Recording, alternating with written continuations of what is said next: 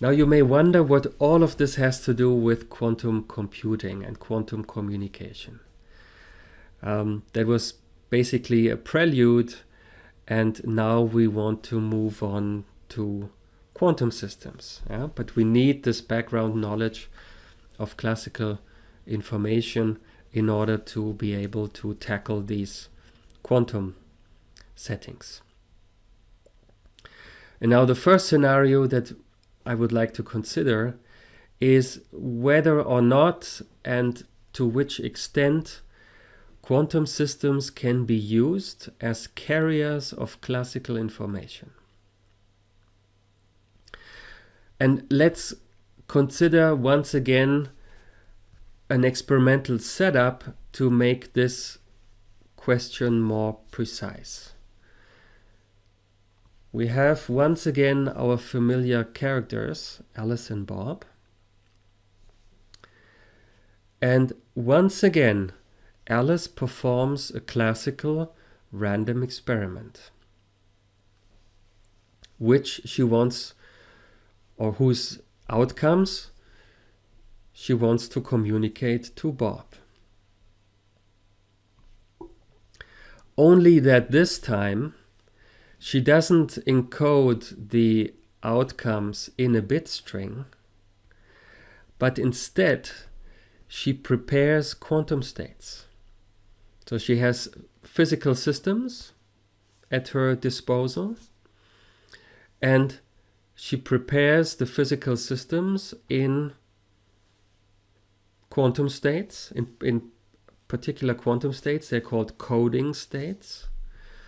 And then she sends these physical systems, these quantum systems, to Bob. Bob receives these quantum systems and performs measurements on these systems. Both, as in the previous case, in the classical scenario, both Alice and Bob know the probability distribution for Alice's random experiment. Yeah, so this is unchanged. What changes is that rather than encoding in a classical bit string, Alice prepares quantum systems in certain coding states, sends the quantum systems to Bob, and Bob then performs measurements, and from the outcomes of his measurements, he wants to reconstruct the results of Alice's random experiments. The question is that possible? And are there any constraints on the coding states or any other conditions that this kind of encoding in quantum systems has to satisfy?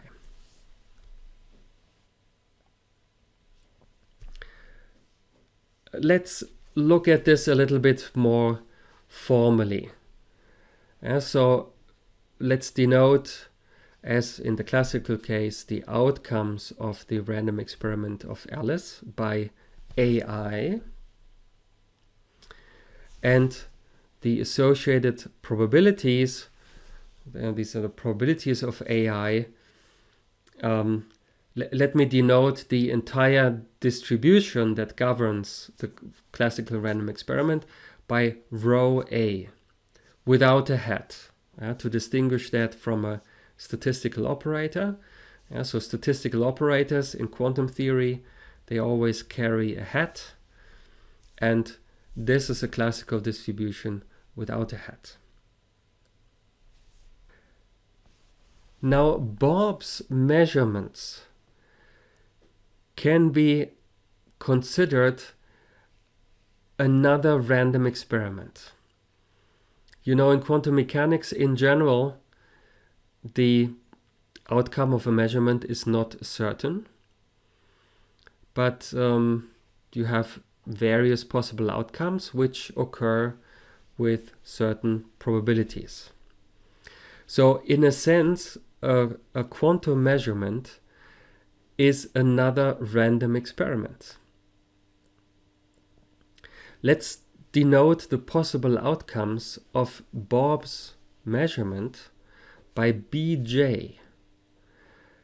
And associated with these possible outcomes of his measurement are probabilities. And let me distinguish two cases.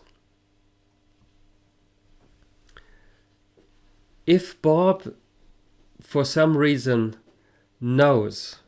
already knows the outcome of Alice's random experiment, so Bob knows the AI, then he already knows that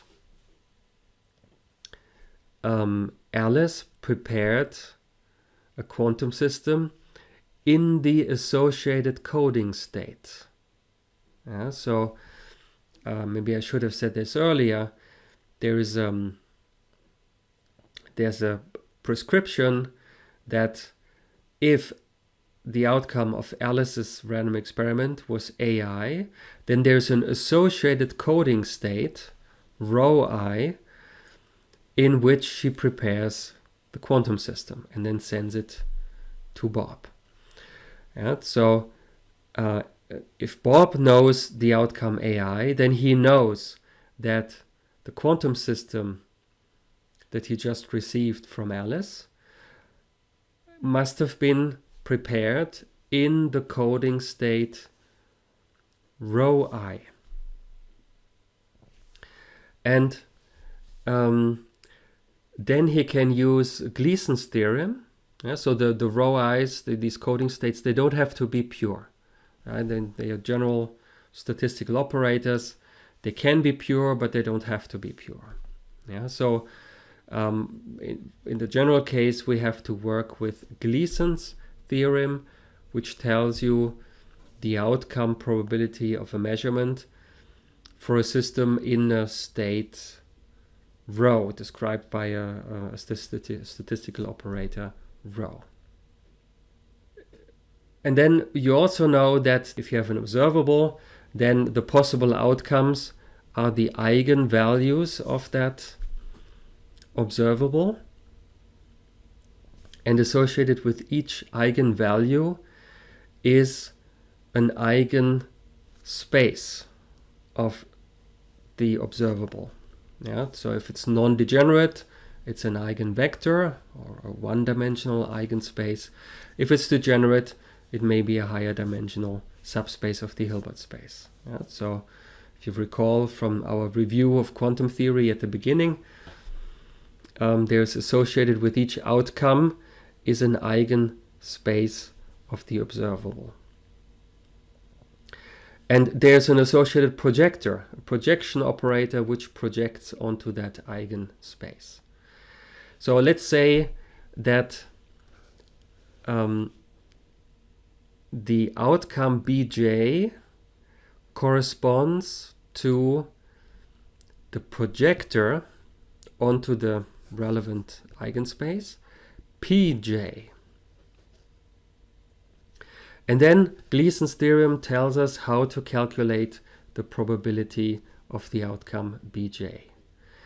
It's given by the trace of the statistical operator, and that's rho I, times the projector associated with the outcome of the experiment, and that's Pj.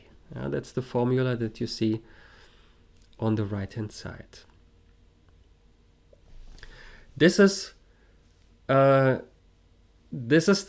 probability distribution of Bob's experiment if he knows somehow the outcome of Alice's experiment.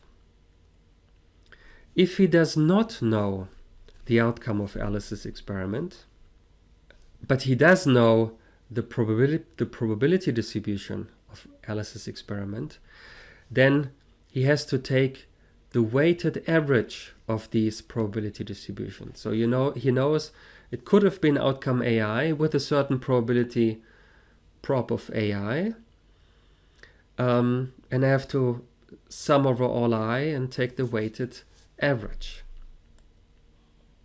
So this is the probability distribution for Bob if he doesn't know the outcome of Alice's experiment, That's denoted by rho B without the condition on AI.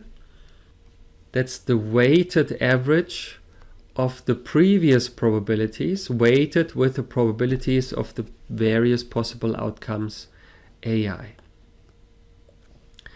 And this can be summarized in the form, it's the trace of rho pj, now rho without an index, and the rho itself is the weighted average of the individual signal states rho I, weighted with the probabilities of the AIs. Yeah. So these are two states that we consider, or two probability distributions that we consider on Bob's side. One with knowledge of Alice's experiment, or of the outcome of Alice's experiment, and one without knowledge of the outcome of Alice's experiment. Now, with these various definitions, so we have a random experiment on Alice's side, we have a random experiment on Bob's side. The question is, let's remember what the question is it possible that in this way, with this setup, the complete information about the outcome of Alice's experiment can be transmitted to Bob? Well, that should be possible, and this transmission should be successful if the amount of information that was encoded by Alice equals the information that Bob's measurement reveals about Alice's experiment. So Bob, with his measurement, he learns something about the outcome of Alice's experiment.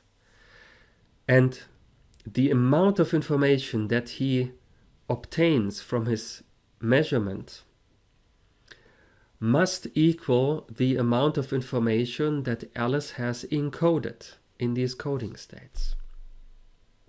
So qualitatively speaking, that's the condition for a successful transmission. Now quantitatively,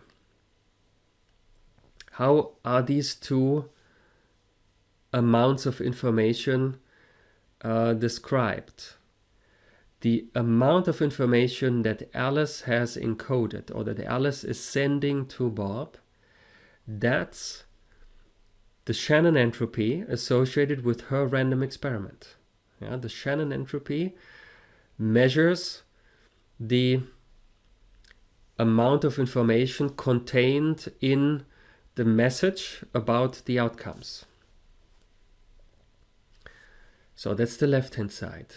On the right-hand side, the amount of information that Bob learns, that Bob obtains about Alice's experiment from his own experiment.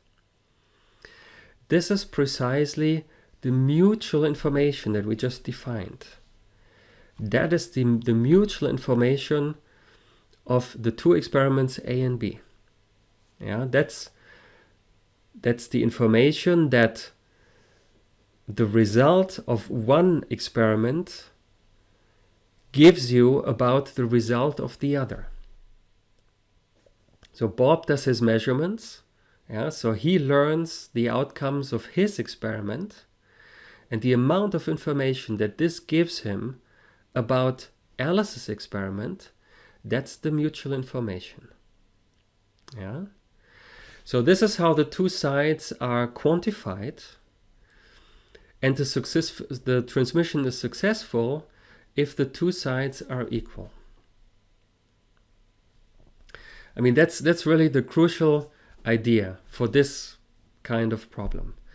And now on the next page, on the next slide, we will investigate a little bit more closely what this mathematical condition means. If we can extract some more concrete information from this or insights from this equation.